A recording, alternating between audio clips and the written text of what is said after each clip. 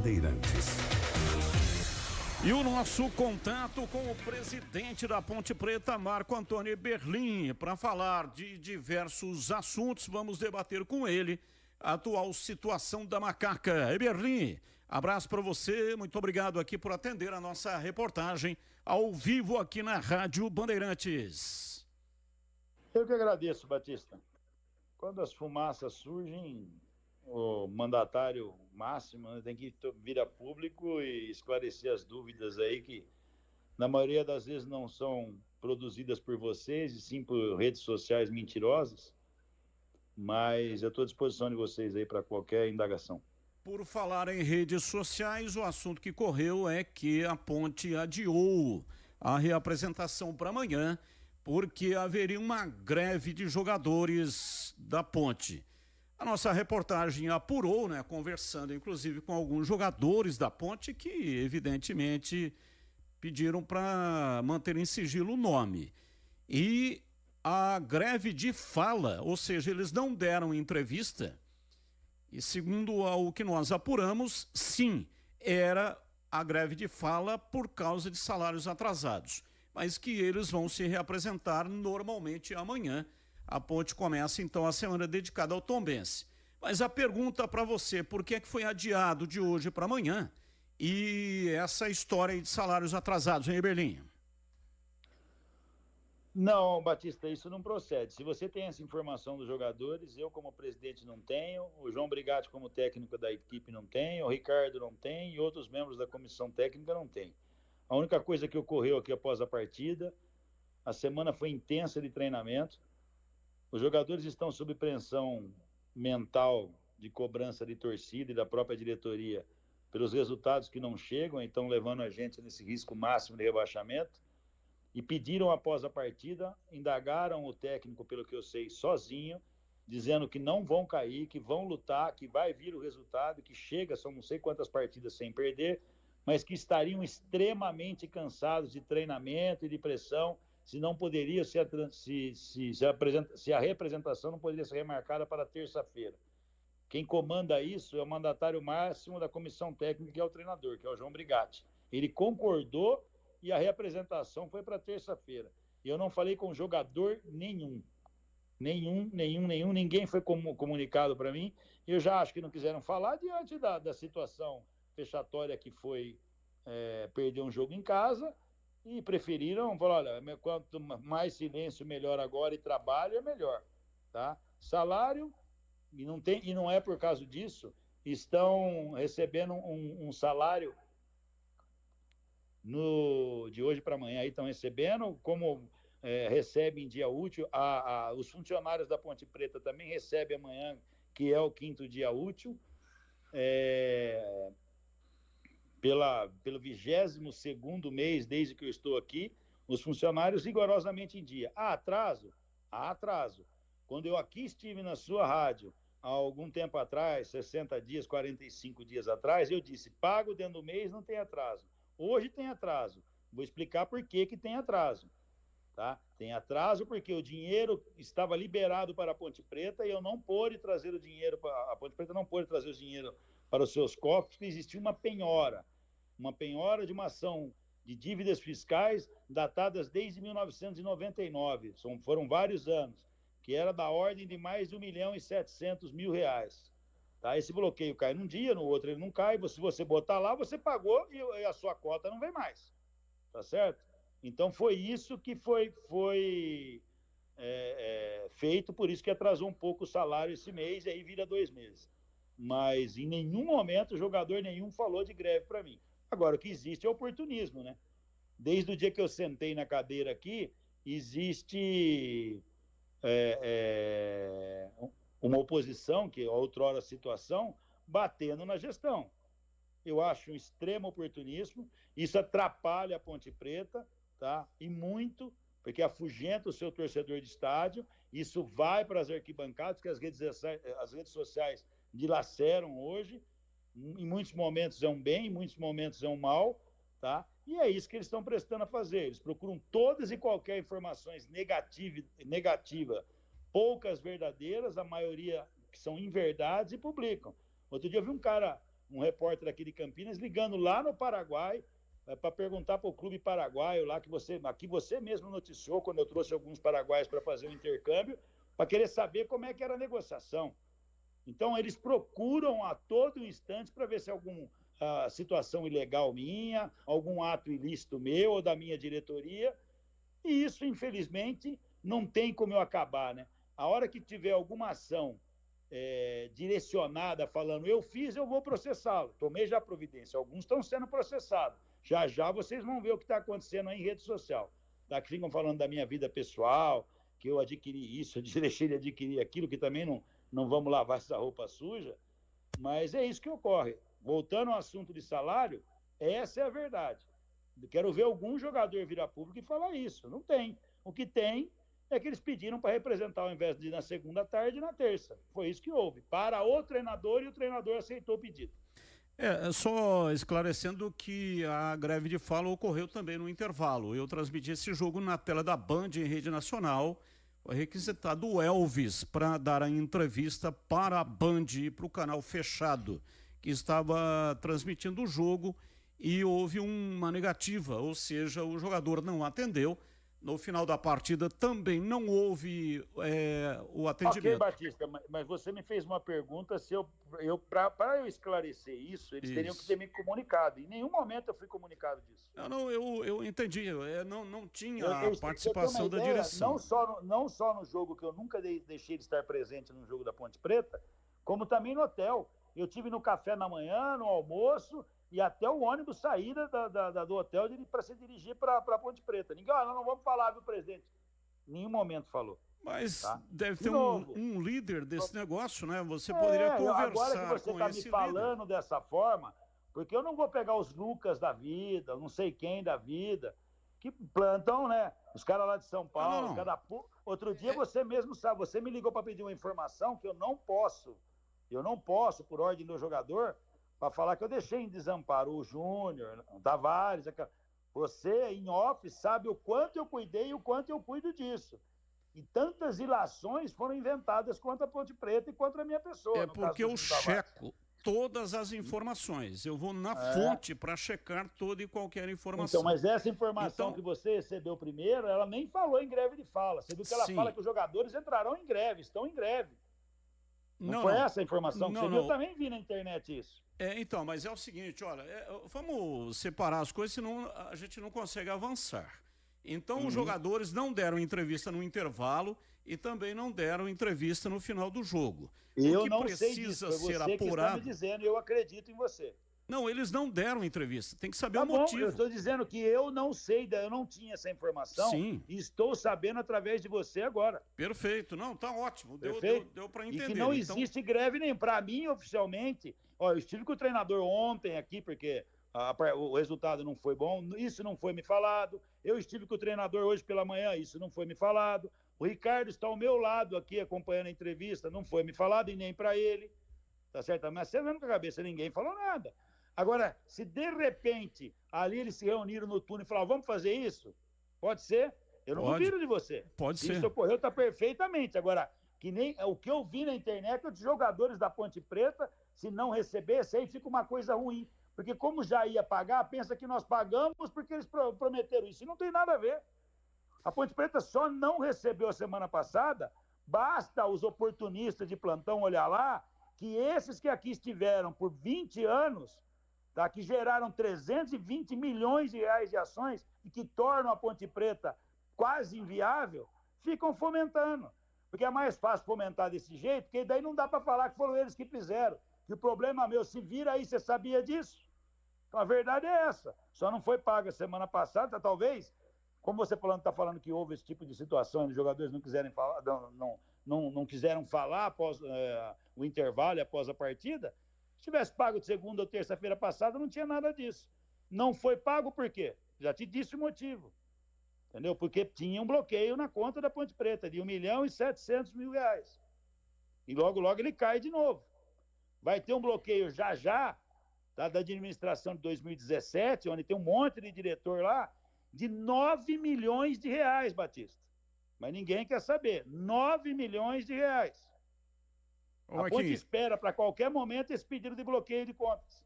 Deixa eu abrir aqui para os comentaristas. Valdemir Gomes, o da Palavra Fácil de Tigerman. Ô Tigrão, a sua pergunta. Estamos entrevistando o Marco Antônio Eberlin, o presidente da Ponte. Diz aí, Tigrão. Um abraço pro Marquinho. Muito obrigado por estar nos atendendo. Valdemir. Marquinho, ainda dentro dessa situação financeira que todos nós sabemos que é caótica, hoje estourou uma notícia, e eu quero abordar futebol também, viu, Batista? Queria fazer duas perguntas já nesse bloco. Tenho todo o tempo aí, Valdemir, pode perguntar de tudo. Por favor. A Justiça determina o despejo da Ponte do CT de base ou da base por dívida de aluguel, do Sub-15 e do Sub-17, que, salvo engano de minha parte, a sede é lá em Jaguariúna. Isso procede, Marquinho? Essa notícia é da terceira vez, isso já correu pela terceira vez, o Valdemir. Talvez não se tornou público, porque alguém ainda não tinha olhado lá na internet. O que ocorre é o seguinte, desde há muito tempo sempre se atrasa o pagamento lá de Jaguariúna. Tá? A Ponte tem a obrigação de pagar, mas existem as prioridades do que se pagar. Atrasa, paga, atrasa, paga, atrasa, paga. Quando o nosso diretor financeiro entrou em contato lá em Jaguariúna no ano passado, tinha um débito de 200 mil, 160 mil, perfeitamente a Ponte arrumou o dinheiro e quis pagar. O que ocorre lá, na verdade? O dono daquela área não quer mais nada lá. Ele vai fazer um empreendimento naquela área. Ele quer a desocupação. Tá? A gente tenta acertar, aí fizemos um outro acordo para ganhar 60 dias, mas ele quer que paga com multa e correção um valor astronômico.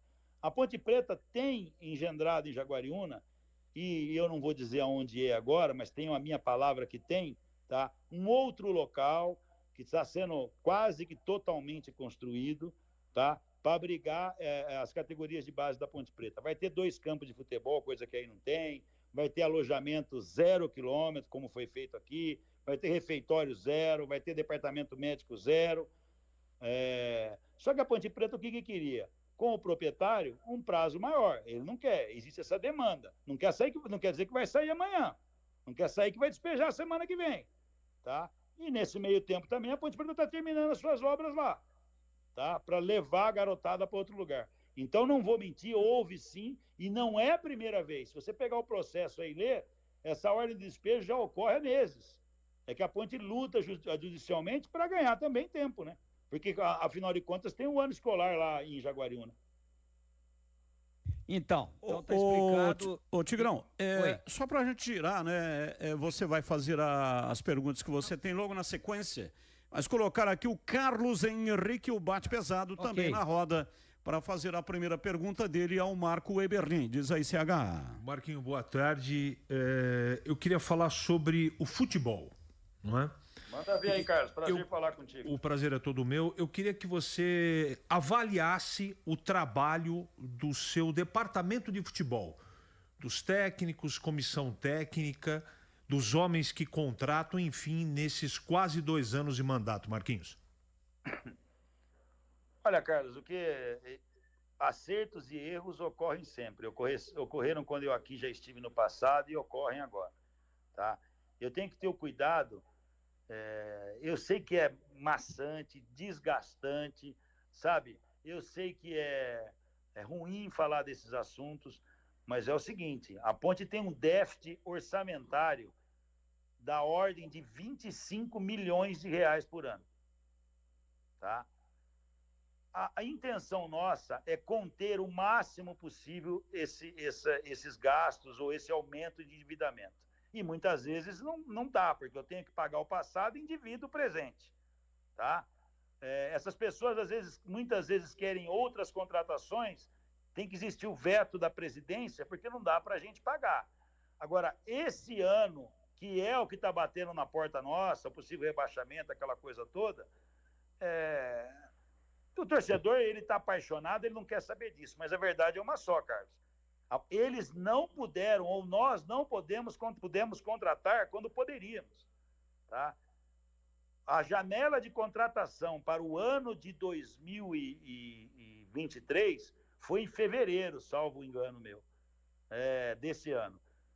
Eu contratei, por exemplo, ou eles contrataram, esteve aqui contratado, com o contrato aqui, o artilheiro da Série B, que é o Gustavo Coutinho, que é do Fortaleza. Esteve aqui sondado e praticamente definido o Kevin, que é um atacante também do Atlético Goianiense. Tá? Eles não puderam ser contratados. Por quê? Porque na hora que o presidente estava para assinar o contrato, o departamento jurídico correu e avisou o presidente, acabou de chegar uma medida punitiva da CBF, que nesse caso é o transfer ban, proibindo a Ponte Preta de transferir ou contratar jogadores, até que se pague a dívida. A dívida naquele momento era de 3 milhões de reais. Tá? E ela depois aumentou ao longo do tempo, porque teve outros transfer bans que a imprensa nunca noticiou e que eu achei interessante não noticiar para não jogar o nome da Ponte Preta toda hora na lama, na lama, na lama. Então não se pôde contratar. A janela de transferências foi reaberta novamente, se não me engano, no final de julho ou em agosto. O que acontece? Quem tinha para ser contratado foi contratado em fevereiro. Você tinha que separar o joio do trigo em julho e agosto e tentar pensar, mas não tinha. Não tinha. Contratações que a Ponte Preta fez, que eu vou dizer assim, ó, isso é contratação. Se errou ou não, são vocês profissionais da imprensa que vão dizer. Eu não vou tentar contra o jogador que está aqui. Tá? Eu vou dizer 2 nomes, contratações de jogadores que já tinham jogado. Um, por exemplo, que inclusive veio e foi dispensado. Jogador formado, André, que vocês chamam de André Balada, tá? Que para mim não teve uma balada dele aqui, e o Igor Torres, que eram jogadores que tinham jogado, um no Fortaleza, o André jogou para tudo quanto é lado. Tá? Foram os únicos 2 jogadores que deu para a Ponte Preta contratar financeiramente. E já vou emendar aí, o André não se deve um centavo para o André. Ele foi dispensado e recebeu os salários dele. Tá? O mês que ele trabalhou, os dias trabalhados, tudo conforme foi acordado. Tá? O Igor está aí, é um jovem valor, treina muito bem, não tem talvez desenvolvido dentro do jogo um bom trabalho, mas eu tenho acompanhado no último mês, aí, nos últimos 20 dias de perto o departamento de futebol, faz treinos excelentes, talvez não está levando para o jogo oficial. Agora, os outros jogadores foram promessas, jogadores extremamente baratos, porque não tinha outro jogador. Se vai dar certo, se deram certo, aí fica difícil. Agora, jogador pronto, jogador formado, para vir aqui ser titular ou ser um reserva eficiente, jogador tarimbado, que já havia sido se confirmado em outra equipe, a Ponte não teve condição de contratar. O departamento de futebol e os treinadores que aqui passaram não tiveram condição de contratar por causa do transfer ban. Ou, em algum momento, por causa de valores excessivos que fugiam à realidade da Ponte Preta. Perfeito. Então não dá para avaliar isso. Vamos seguindo. Vamos lá, Tigrão, a sua pergunta ao Marco Eberlin. Eu quero falar desse silêncio dos jogadores, mas falando de futebol também. E é importante ouvir a opinião do Marco Eberlin sobre isso, porque foi perguntado até como é que ele vê essa observação que eu vou fazer. Foi perguntado na coletiva para o Brigatti do porquê que os jogadores não falaram. E ele disse, eu não estava sabendo, mas se vocês quiserem a resposta, conversem com o departamento de comunicação da Ponte, com a assessoria de imprensa. Esse foi o termo que ele usou. Então, ele repassou, querendo dizer, eu não sei, mas com certeza a assessoria de imprensa vai conseguir saber. Eu acho que o torcedor... Eu acho que não, hein, Diego? Eu acho que ele procurou a assessoria de imprensa para o Não, ele falou, nós temos gravado. Eu só estou confirmando que ele realmente não sabia. Não, sim, ele disse isso. Ele disse, eu não tenho a informação, eu acho que vocês deveriam procurar a assessoria de imprensa. Isso ele falou. Ele falou que não sabia também, como você está dizendo que não sabia. E aí, a gente, há tanto tempo nesse negócio aqui, qual que foi uma leitura, não de informação, mas de interpretação? Olha, os jogadores não quiseram falar, não querem vir jogar nada no ventilador, mas eles, em sinal de protesto, não falaram para que isso, evidentemente, tivesse uma repercussão de interpretação e não de informação oficial. E aí que entra a minha pergunta para você. Se os jogadores, estrategicamente, entre eles, combinaram isso para botar o holofote numa situação de salário atrasado, o comportamento deles no jogo não foi de jogadores que estavam boicotando o clube ou boicotando a entidade ou fazendo correram barbaridade, mas não produziram o que precisava.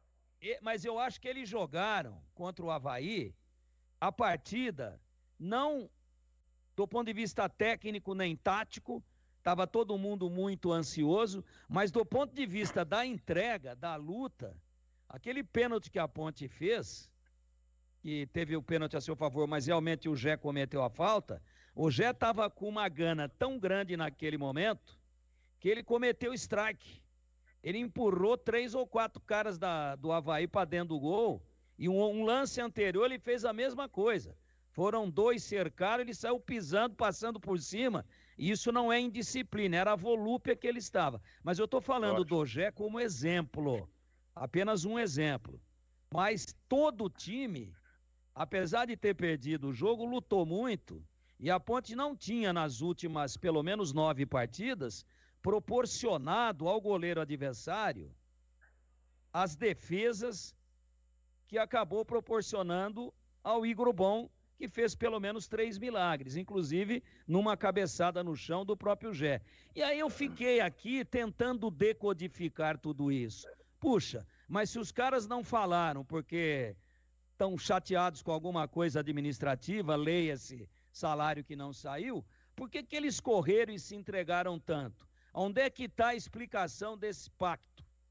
Porque eu falei isso ao final da transmissão da TV Bandeirantes para todo o Brasil, no último sábado, de que a situação da Ponte ficou muito mais difícil com a derrota, porém, que a torcida tivesse ainda uma ponta de esperança, porque se o time repetir a gana que mostrou contra o Avaí, talvez ele ainda consiga reverter.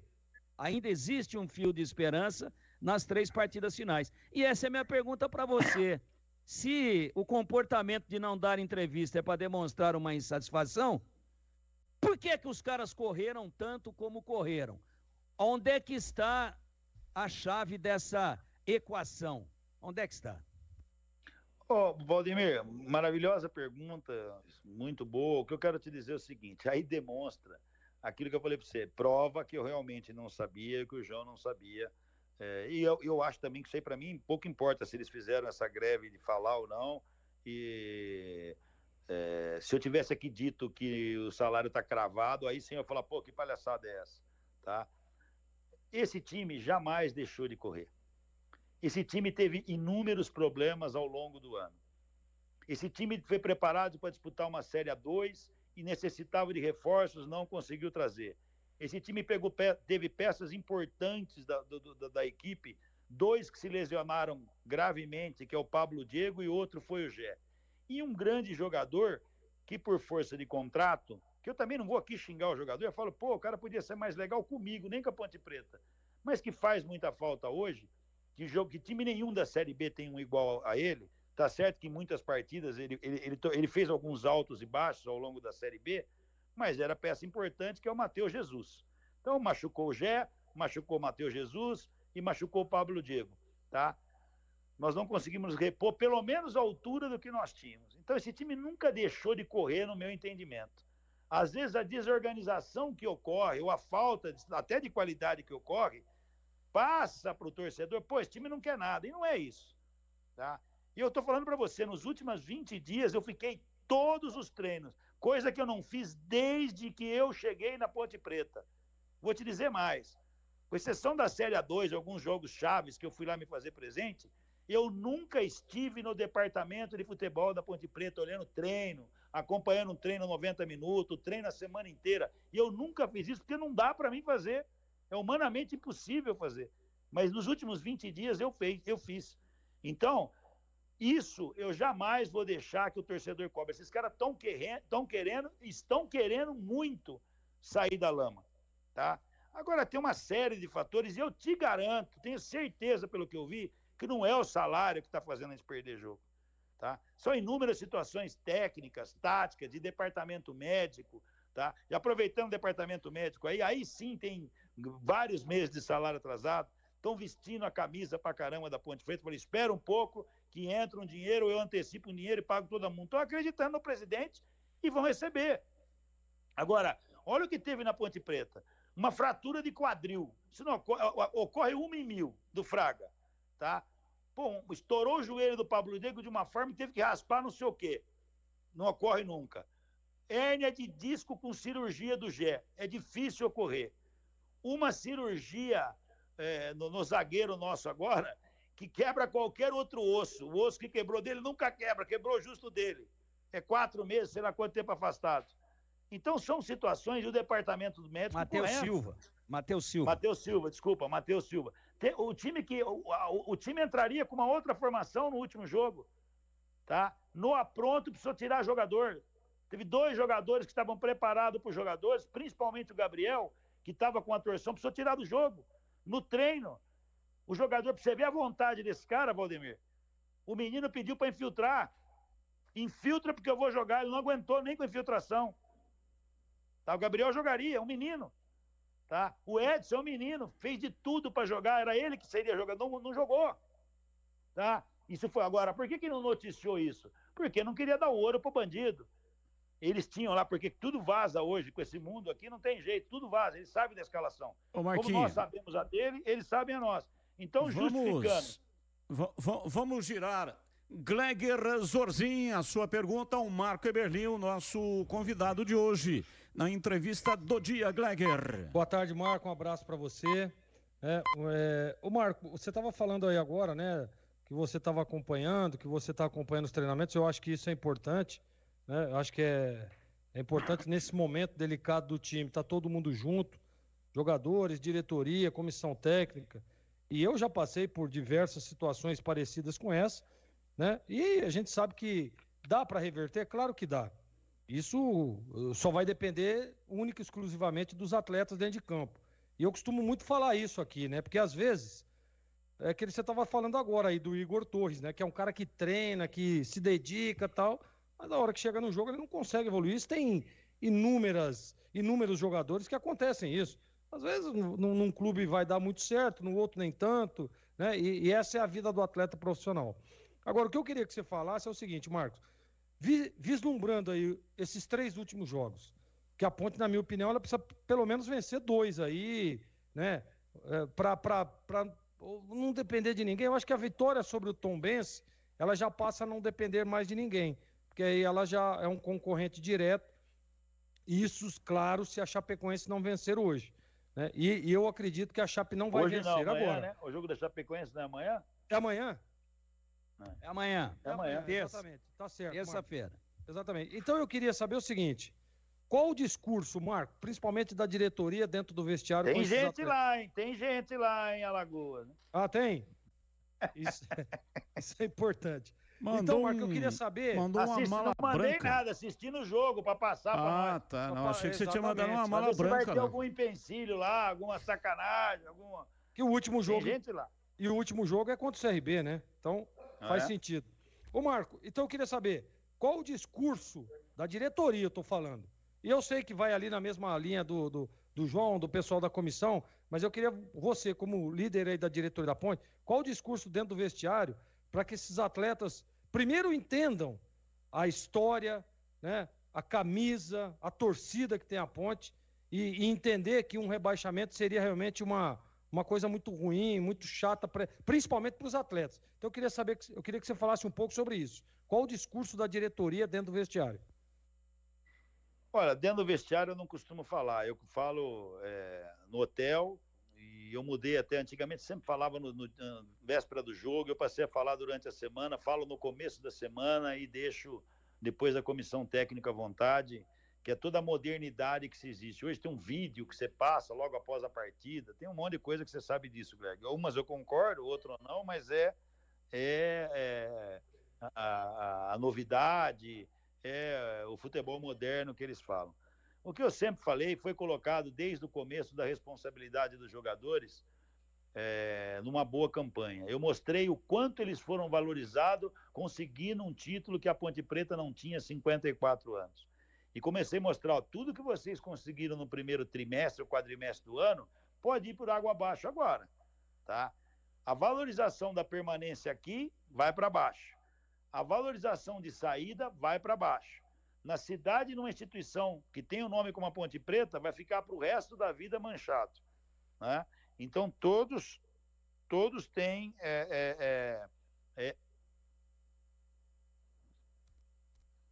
todos têm essa certeza, essa responsabilidade que é passado para eles no dia a dia. Por outro lado, o que ocorre também é tentar, em algum momento, não desligar, não falar, não olha para a torcida, não sente o calor da torcida. Porque é difícil um ser humano ter cobrança 5, 6 dias na semana e entrar dentro do campo. O jogador vai à exaustão emocional. Então, em algum momento, nós temos que mostrar que nós acreditamos nele, que a própria torcida acredita neles.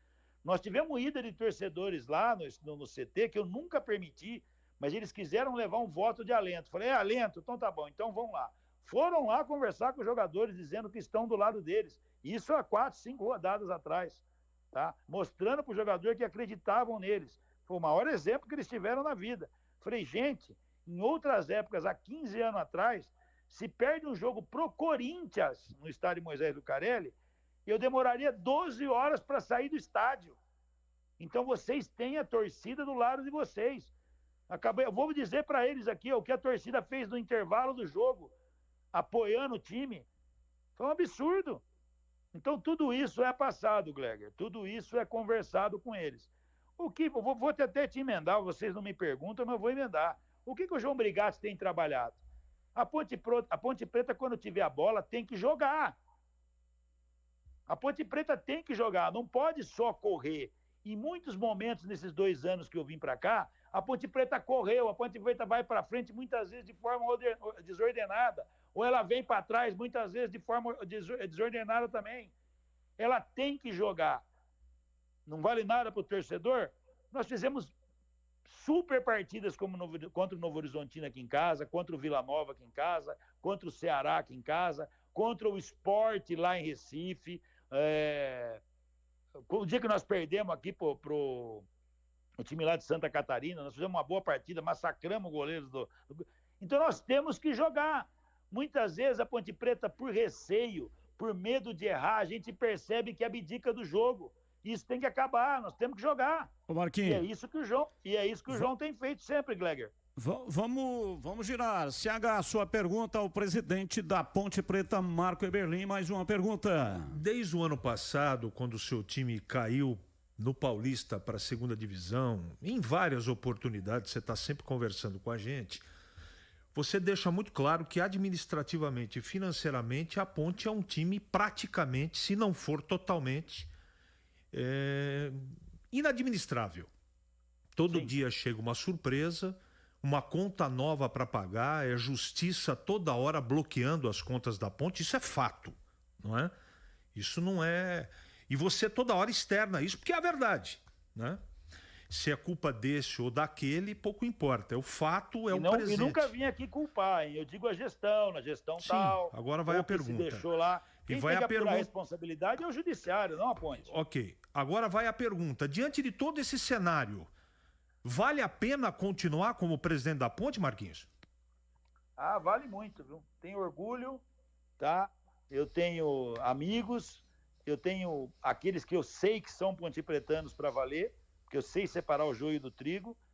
Hoje, Carlos, essa pergunta sua é muito boa, gostei demais. Tem um monte de gente aí que aqui esteve, que se diz pontepretano, que torce contra a Ponte Preta, que fica esperando perder o jogo para bater no presidente nessa diretoria que está aqui. Esses eu fico extremamente triste e falo, por que vale a pena eu ficar aqui? Por outro lado, quando eu vejo o Zaiman, que participou da história da Ponte Preta, da construção de boa parte da Ponte Preta, o Peri, o Fausto Cunha Penteado, o doutor Menegaso, o doutor Israel Selle, tá certo? E muitos outros que falam, Marquinho, aguenta firme, Marquinho, aguenta firme. Você não sabe o que é minha vida, Carlos. Ameaça de morte, só hoje eu recebi 12, tá? Ameaça que vão me pegar, eu recebo 5, 6 por dia. Ameaça que vão pegar minha filha, meu filho, meu parente, meu cachorro, todo dia. Todo dia. Agora, por que eu quero ficar aqui? A Ponte vai mostrar o que precisa ser feito. Eu nunca escondi de vocês. Se não pagar a conta, a Ponte não anda. Nós estamos regularizando todos os setores que nós temos ação. O trabalhista, o da CBF, o das fiscais e as das cíveis e de dirigentes. Tá? Feito isso, eu nunca fui a favor. Mas se a alternativa fosse ser uma SAF, façamos a SAF, não tem problema nenhum. Se a única alternativa que resta para Ponte Preta é uma SAF, que faça. Eu até sempre fui contrário, mas eu acho que vai ter que fazer. Agora, o que não pode fazer, Carlos, você me permite, é oportunista. 10, 12 que aqui estiveram, e não estou falando do Sérgio, não estou falando nem do Vanderlei, que aqui estiveram junto, que não coibiram os 320 milhões ou mais de endividamento, e que agora ficam nas redes sociais dizendo que são a solução. Isso é um absurdo. Não é para mim que é um absurdo, não é o presidente levar essa porrada, é a instituição. O nego ludibria, aquele que vem aqui, que paga os 20 mil, o ingresso mais barato do Brasil, mas paga com dificuldade para vir torcer, e escuta essas pessoas afugentá-lo daqui, falando que a Ponte Preta não tem mais jeito. Ela tem sim. O jeito é pagar a dívida irresponsável. Essa foi. Eu não estou falando ilícita, mas irresponsável que fizeram com a instituição. Então é por isso que eu luto e eu não vou arredar o pé. Os caras estão cometendo ilações, estão cometendo mentiras, falando da minha vida pessoal. Se não provar, porque agora estão começando a falar, e eu estou processando um por um. Agora mesmo o departamento jurídico meu aqui, ó, os meus advogados particulares, estão fazendo uma lista de fakes, uma lista de responsável por grupo de WhatsApp, por grupo de Facebook, que eu vou em cima de todos eles. Quando falam da minha moral, da integridade minha moral, da integridade da minha família, eu vou para cima. Eles vão sentir na pele o peso da justiça, da mão da justiça. Aí vai acabar com isso. Porque senão, se nós não somos a solução para a ponte, só falta alguém dizer para mim que aqueles que construíram 320 milhões de dívida são.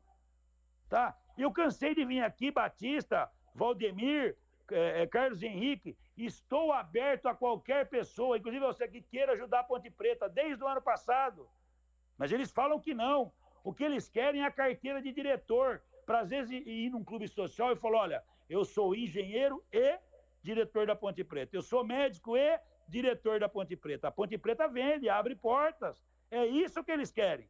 Agora, ninguém tem coragem de ligar para o Batista, para você, Carlos, para o Valdemir, que esteve aqui na gestão, falar assim, ó, pera um pouquinho só, em 2017, a Ponte Preta caiu, deixou de entrar para os cofres 60 milhões de reais no ano seguinte. Hoje eu vi um post lá de um picareta, pô, vocês deixaram de receber 10 milhões esse ano. Perfeitamente, eu assumi a responsabilidade quando eu caí e falei, vou voltar, a ponte vai voltar e voltou.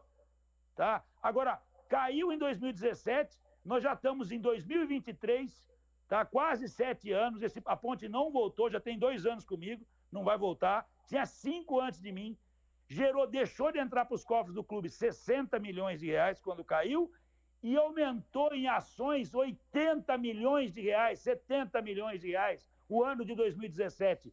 Deixa que essas pessoas explicam. Vamos girar. Para ser justo, mais uma pergunta aqui só para nivelar, né? Com todos tendo a mesma oportunidade. Manda pro Valdemir, pô. Gosto do Valdemir. Gosto de todos. Não, vai mais uma só. Não vai ter sim, mas só para nivelar aqui com todos tendo a mesma oportunidade. Tá faltando uma do Gleger. Pois não, Gleger? Ô Marco, você estava falando aí, inclusive numa pergunta do Valdemir, sobre o questionamento lá do centro de treinamento da categoria de base da Ponte, né? Dizendo que... Tá nascendo quando eu falei para você que ia nascer um centro de treinamento aqui no Majestoso. Você acha que viu? Vi. De nível de Morumbi. Exatamente, foi muito bom. Daqui 4, 5 meses, você vai ver o centro de treinamento que tá nascendo pra molecada. Não, a minha pergunta realmente era essa, porque eu acredito muito. Mas deixa ficar pronto, viu, Gleg? Eu gosto de falar quando tá pronto. Claro. Não, eu sei. Não, porque para mim fica muito claro. Por exemplo, a gente pega hoje no time da Ponte, quantos meninos da base não tá aí? Você falou alguns nomes aí, ó.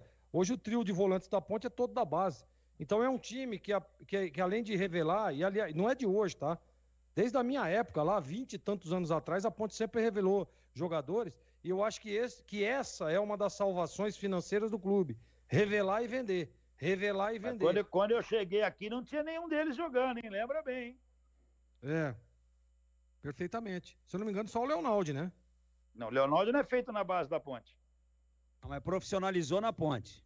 Veio para a base da Ponte, né? Ele não jogou nos juniores da Ponte Preta. O Leonaldo veio do Taubaté para a Ponte Preta. Mas profissionalizou na Ponte e quem promoveu a primeira partida dele Foi um jogo de sábado à noite em Ribeirão Preto, no Campeonato Klein. Paulista, há 3 anos atrás já. E a Ponte, 2 ou 3 anos, 3 anos. E a Ponte ganhou de 1-0, o gol dele na estreia dele, quem lançou foi o Gilson Klein. Leonaldi... Maravilha, parabéns a ele. Eu acabei de falar aqui, mas não era da base e não fui eu que lancei. Leonaldi já tinha jogado pelo profissional do Taubaté, tá? O Leonaldi não jogou nas categorias de base da Ponte Preta. Bom, enfim, mas hoje, se tiver uma negociação, a Ponte Preta, com o Leonaldi, claro, a Ponte Preta é beneficiada. Ah, tem um pedaço aí, né? Porque quando eu cheguei já tinha uma fatia aí, né? Né? Mas tem um pedaço. Então é isso, Marco, eu queria... Mas a Ponte Preta realmente... tem, o Edson, a Ponte Preta tem o Kaique, que é um extraordinário goleiro jogando, mas tem 2 reservas de excelente categoria feita dentro de casa, principalmente o Pedrão. Concordo plenamente. Tá? A Ponte Preta tem Thiago o Oliveira. Luiz Felipe, que é da Ponte. A Ponte Preta tem o menino que, para mim, tá? Ele tem alguma dificuldade quando vai jogar, parece que ele sente a partida, mas o domínio de bola, o passe, a qualidade dele, do lateral esquerdo que estourou o joelho, Giancarlo, que é absurda. Tem o Jean, que volta agora no começo do ano, tem o Filipinho, o Felipe Amaral e o Eliel, são todos jogadores, o Edson, zagueiro, todos jogadores da base da Ponte. Nós temos um jogador aí, anota o nome aí, João Gabriel. Que a Copa Paulista foi um desastre, mas esse menino tinha 17 para 18 anos, ele já jogou na Série A2. Que posição é? Qual a posição? Lateral direito. João Gabriel. 18 anos. Pode marcar que a hora que ele começar a treinar mais, pegar o macete do profissional, as pancadas do profissional, puxar uma camisa, escorar, fazer o giro, vocês vão ver um jogador diferenciado. Isso já começou com a gente. Você vai ver que tipo de jogador. Tem mais para vir. Tá? Vamos seguir aqui. Vamos lá, Tigrão. A sua pergunta aí ao Marco Eberlin. Mais uma.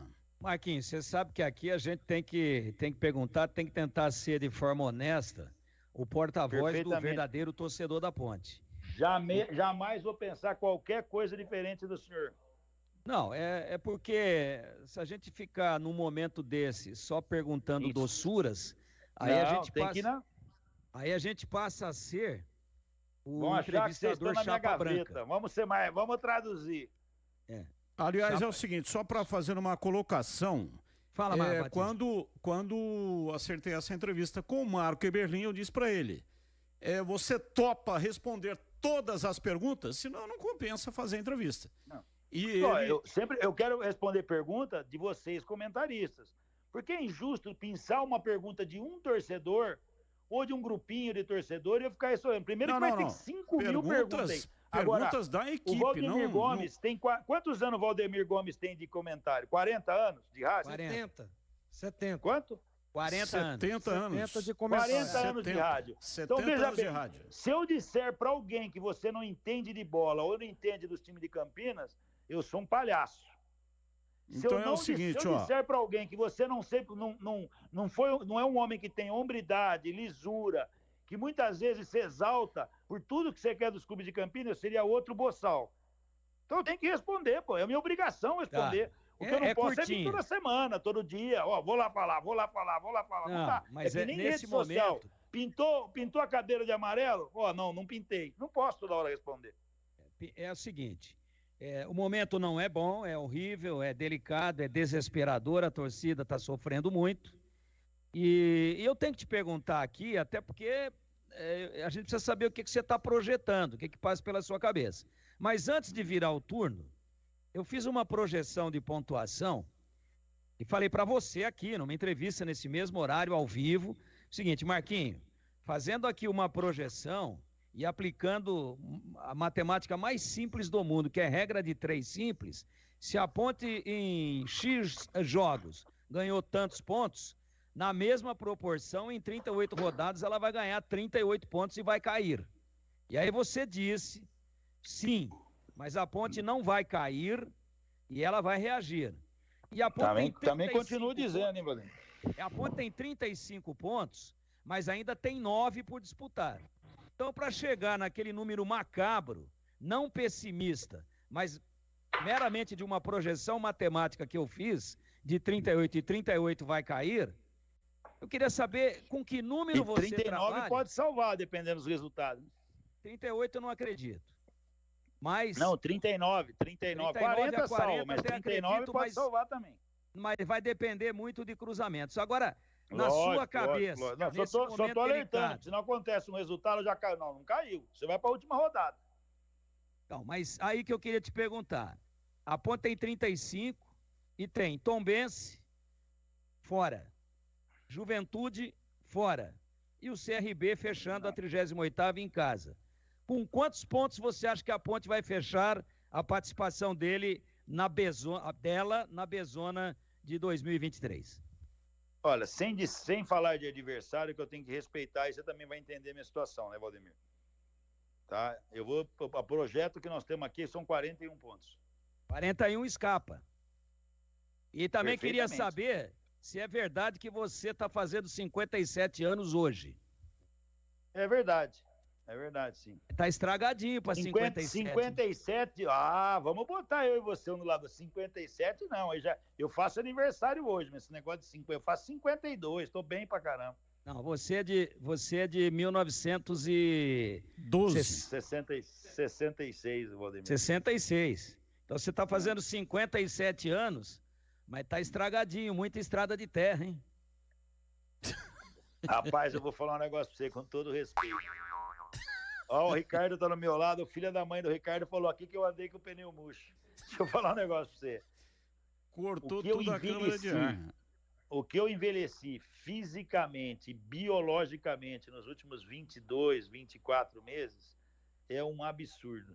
Por isso que eu falo, em algum momento eu falo, por aqui, se arrependimento matasse, mas eu volto e me encho de falar assim, eu tenho o maior orgulho de ser presidente da Ponte Preta. Mesmo a Ponte Preta passando por esse mau momento de futebol. E não vamos esquecer, né, Valdemir? Eu já passei em outros momentos como esse. Eu passei em 98, eu passei em 2003, eu passei acho que em 2005, se não me engano.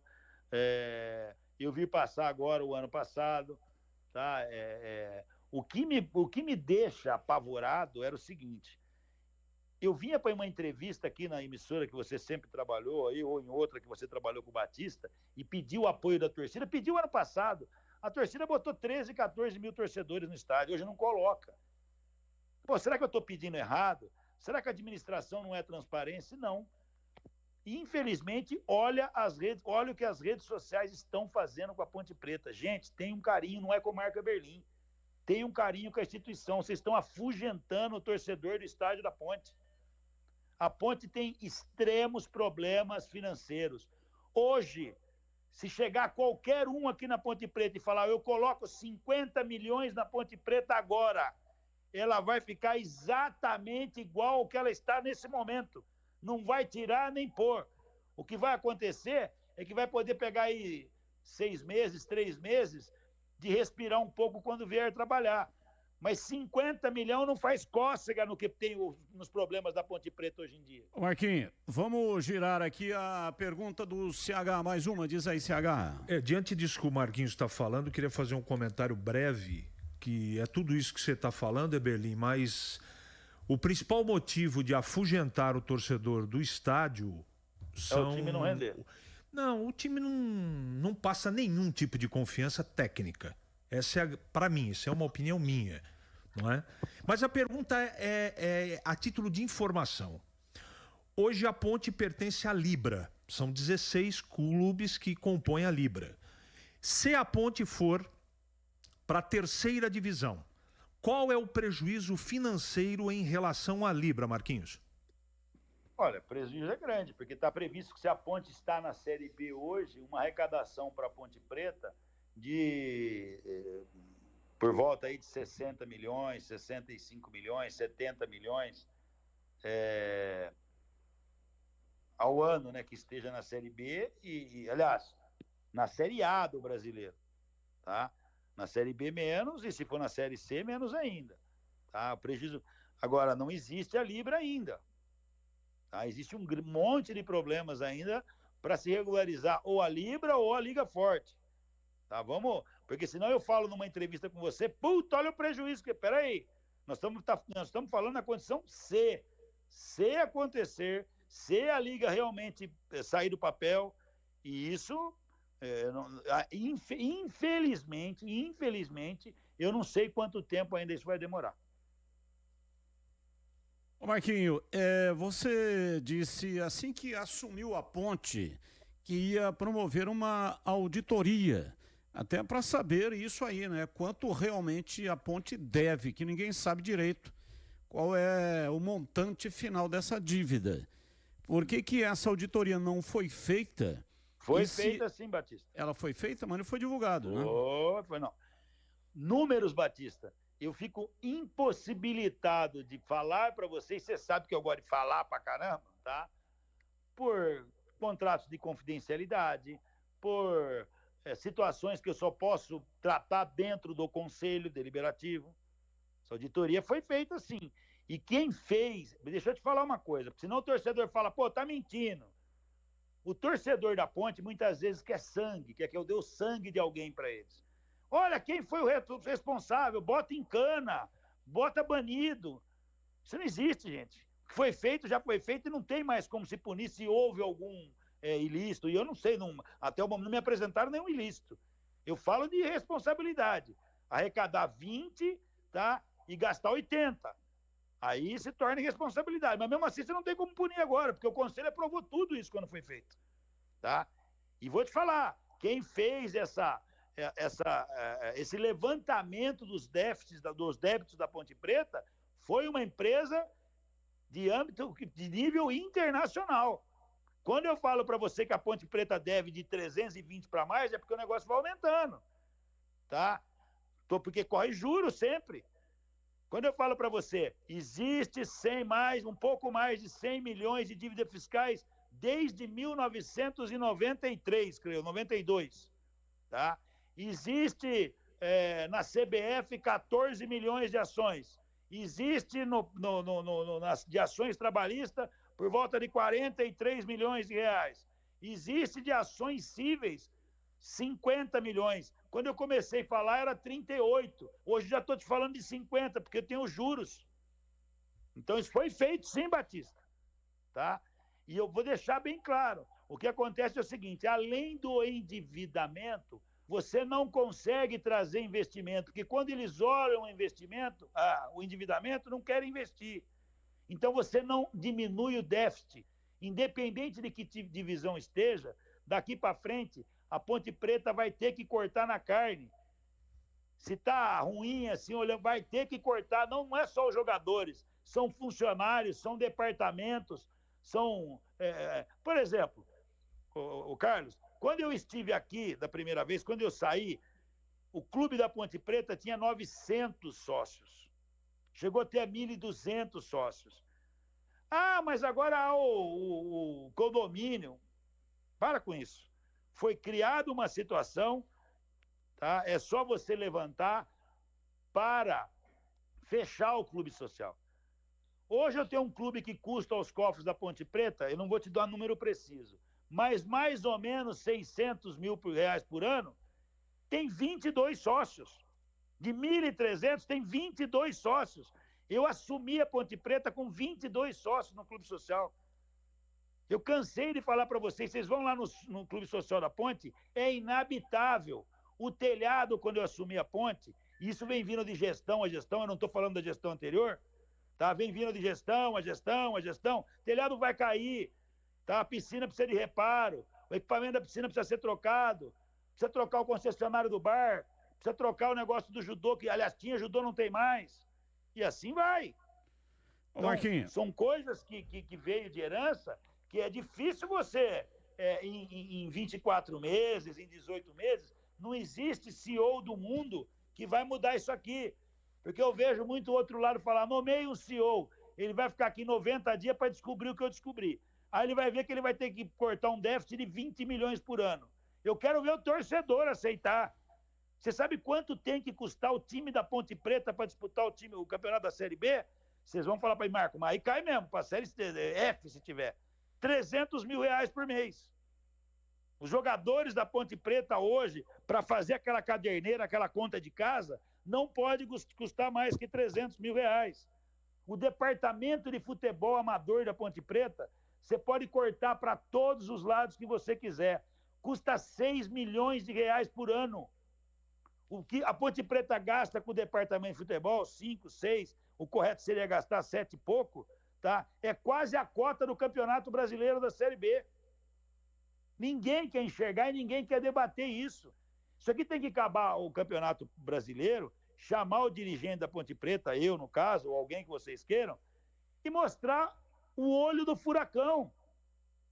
E só vai tirar aqui com o apoio de sua torcida e cortes drásticos na carne, em todos os setores, porque não dá para dirigir a Ponte Preta mais com 20 milhões de déficit por ano. Mas se você não fizer isso, você vai fechar as portas da ponte.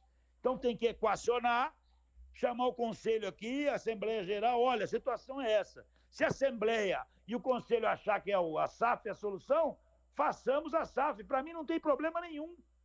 Se a maioria quiser, eu faço a SAF. Ô Marquinhos, só para a gente finalizar, eu estava transmitindo na tela da Band o jogo da Ponte, derrota 1-0 para o Avaí. Surgiu lá a câmera nas cadeiras vitalícias e um garoto chorando copiosamente. Aquilo me tocou profundamente. Não dá para você localizar, ver quem é, a família e tal. O Paulo Santana já está tentando localizá-lo, Batista. Isso fazer uma homenagem, dar uma camisa com o nome dele, alguma coisa desse tipo. Para conversar com ele. Eu vou te dizer mais, você também mostrou, acho que foi a sua emissora ou foi a IPTV, não lembro. Se você pegar 2003, nós também tivemos um garoto lá na época. E lá eu fiz ele sorrir depois. Ou nós fizemos ele sorrir, porque eu não jogo, né? Se lembrar, em 2003, teve um que chorou copiosamente, achando que ia cair, e depois chorou copiosamente o feito que a Ponte conseguiu lá em 2003. Chorou depois de alegria, né? Hã? Ele chorou de tristeza e depois chorou de alegria. Tomara que aconteça. Mas não estou usando de demagogia aqui, aproveitando o teu pedido, não. Realmente, o Paulo Santana, desde ontem, se não me engano, que nós falamos com ele, acha esse garoto aí, para a gente dar algum prêmio dele. Nós precisamos daquele Ponte Pretano, que sente na alma, que não tem presidente de estimação, que não tem o Marco Eberlin ou A, ou B, ou C, tá? Que venha torcer pro clube, nós precisamos desse. Você vê agora, tá aumentando um monte de conselheiro, pensando na eleição lá de 2025. Só que nos últimos 2 anos, 1.000 conselheiros deixaram de pagar. Agora, ó, tem um prazo para voltar agora, os caras estão voltando. Você acha que isso é Ponte Pretano? O Marquinhos. Tá? Só se preocupam com isso. O Marquinhos, procede a informação, e eu estou perguntando para você porque eu não tenho a informação oficial, mas procede a informação de que vários dirigentes e apoiadores importantes, influentes, que estiveram com você na eleição e depois no início da gestão, já debandaram, já te abandonaram, ou é mentira isso? Responda em 1 minuto, por favor, Marquinhos. Teve um conselheiro, tá? Que é muito amigo meu, não vou declinar o nome dele aqui, que foi na minha casa e botou o dedo na minha cara falando que eu tinha que ser presidente, de qualquer jeito, porque pouca gente sabe. Eu, 24 horas antes do pleito, não tinha presidente a chapa, e eu não queria, eu nunca trabalhei para ser, foi o que eu falei em todas as entrevistas. Ele veio, e ele me chamou uma semana antes de soltar uma nota, me mostrou um áudio dele sendo ameaçado de morte.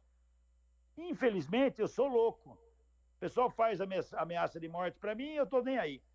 Mas ele, nenhum ser humano, é normal ser assim.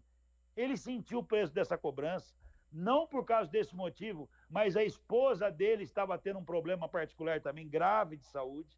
Falou, Marco, eu vou me afastar da parte política da Ponte. Isso ocorreu.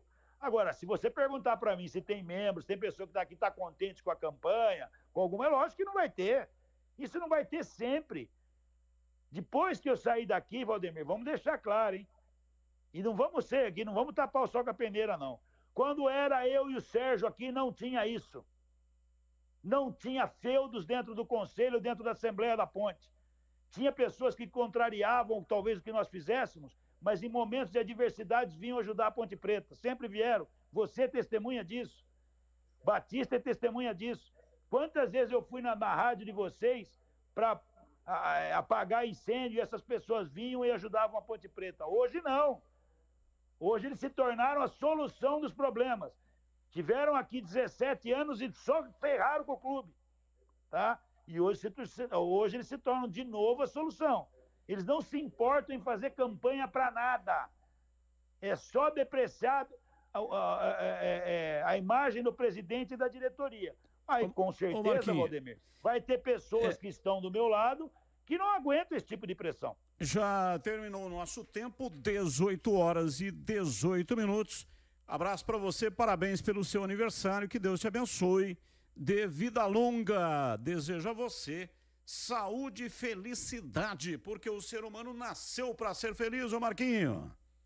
Agradeço, Batista, de novo aí, um abração ao Valdemir, que, nossa, quantos embates nós tivemos, ao Carlos Henrique também, que apesar... O Carlos Henrique chegou depois que eu parei um pouco, ao Gleg, que eu conheço há anos, ao torcedor pontepretano, que está sofrendo muito. Gente, não gostem de mim, gostem da Ponte Preta. O que a Ponte Preta está vivendo veio ano a ano sendo preparada para isso. Tá? Não vou deixar de assumir incompetência minha, responsabilidade minha. Tá? Aqui não tem moleque, na minha diretoria não tem moleque, não tem responsável, não tem pessoas que não sabem o que fazer. Tá? Todo mundo está sofrendo agora. Tá? E nós vamos trabalhar até a última gota de sangue que tiver para tirar da boca desse time, da Ponte, do suor de todo mundo, para reverter a coisa. Ninguém vai abandonar o barco e não vai ser pedido de oportunistinha para não falar um palavrão aqui, que vai destruir a Ponte Preta. Abraço, a última frase é o seguinte, espera aí, Batista, a última frase, então vai. Não sejam oportunistas, não destruam a Ponte Preta, vocês destruíram a Ponte Preta nos últimos 15 anos, não liguem para dirigente meu, para amigo meu que está comigo, para falar tem que sair, tem que renunciar, esquece. Para o presidente sair da Ponte, eu tenho que roubar, prevaricar ou infringir o estatuto. Não ocorreu e não vai ocorrer tal situação. Tá? Alguns vão me odiar, mas eu vou estar aqui para fazer o melhor pela Ponte Preta. Um abraço a todos os pontepretanos verdadeiros, não os das redes sociais e de clubinho social. Um abraço a todos.